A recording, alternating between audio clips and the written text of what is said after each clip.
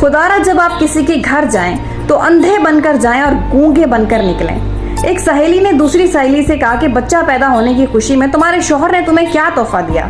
तो सहेली ने कहा कुछ भी नहीं। तो उसकी सहेली ने कहा कि ये तो बहुत गलत बात है, इसका मतलब है कि तुम्हारे शौहर की नज़र में तुम्हारी कोई अहमियत नहीं है। ये कहकर वो खुद चलती बनी और थोड़ी देर बाद उस औरत का शौहर आ जाता है। बीवी का मुंह लटका हुआ, बात बात पर बहस होने लगती है और ये बहस लड़ाई झगड़े मार कुटाई तक आ जाती है और बात तलाक तक जा पहुंचती है।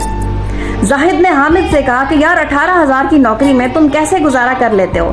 हामिद ने एक ठंडी सांस भरी और कहा बस यार गुजारा ही होता है। ये सुनकर कुछ दिन बाद हामिद अपने काम से बेजार होने लगा और अपने मालिक से तनख्वाह बढ़ाने की डिमांड की, जिसे मालिक ने रद्द कर दिया और हामिद ने नौकरी छोड़ दी। पहले उसके पास काम था, अब उसके पास काम नहीं रहा। एक बाप को एक दोस्त ने कहा कि तुम्हारा बेटा तुमसे मिलने नहीं आता। तो बाप ने कहा कि मेरे बेटे की मसरूफियत का जो शेड्यूल है वो बहुत ही सख्त है, मेरे बेटे को बहुत काम होते हैं, उसकी बीवी है, उसके बच्चे हैं, इसलिए उसे टाइम नहीं मिलता। तो उस शख्स ने उस बाप से कहा कि ये क्या बात हुई, तुमने उसे पाला पोसा बड़ा किया और आज उसके पास तुम्हारे लिए टाइम नहीं है। इसके बाद बाप और बेटे के दरमियान एक खलिश पैदा हो गई। जब भी बेटा मिलने के लिए आता बाप यही सोचता कि इसके पास सबके लिए टाइम है लेकिन मेरे लिए इसके पास कोई टाइम नहीं है। तो इसलिए आप बेमकसद ये जुमले मत बोला करें।